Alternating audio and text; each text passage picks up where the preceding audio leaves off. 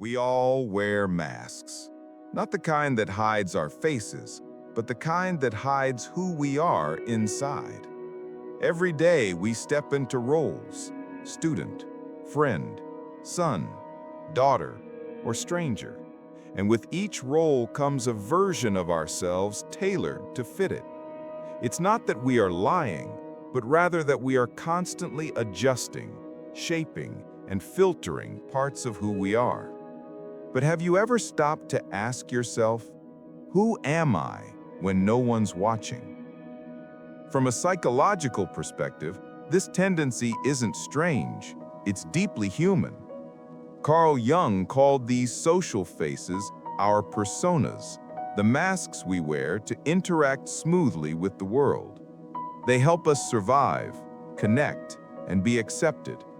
Without them, we'd be too raw, too exposed. The persona is like armor. It shields us from judgment and rejection. Yet the more we rely on it, the easier it becomes to forget what it was protecting in the first place, our true self. We learn to wear these masks early. As children, we discover which behaviors are rewarded and which are criticized. We smile when we're sad to please adults. We act confident in school to avoid being mocked. Slowly, authenticity becomes risky, so we craft versions of ourselves that feel safer, versions that people like, that fit in, that make life smoother. But deep down, part of us starts to feel lost beneath all that pretending. Pretending often begins as self-protection, but can turn into self-erasure.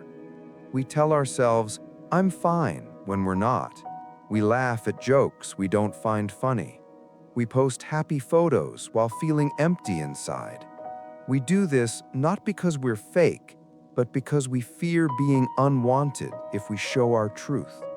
It's a quiet form of survival, a way to navigate a world that sometimes values appearances over honesty. Yet this constant performance comes with a cost. The more we hide behind masks, the heavier they become. We start feeling disconnected, not just from others, but from ourselves. We may look composed on the outside, but inside we feel hollow, unsure of who we really are anymore. It's like living life behind glass, watching yourself play a role you no longer remember auditioning for. But authenticity doesn't mean tearing off every mask and showing all your vulnerabilities at once.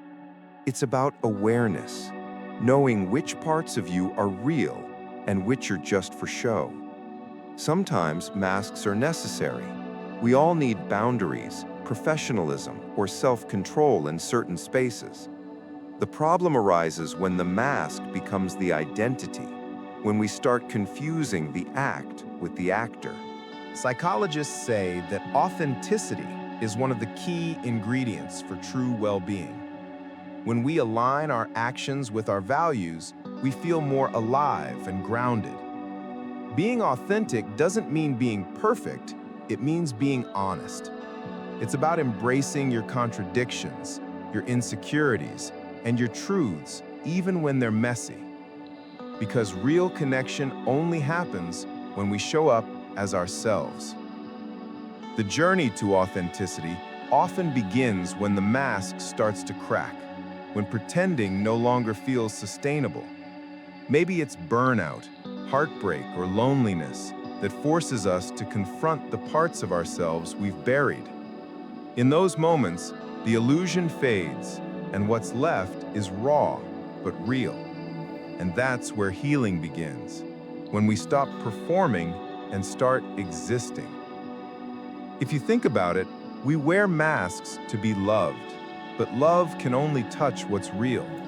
The people who truly care for us aren't drawn to our polished personas, but to the parts we're scared to reveal.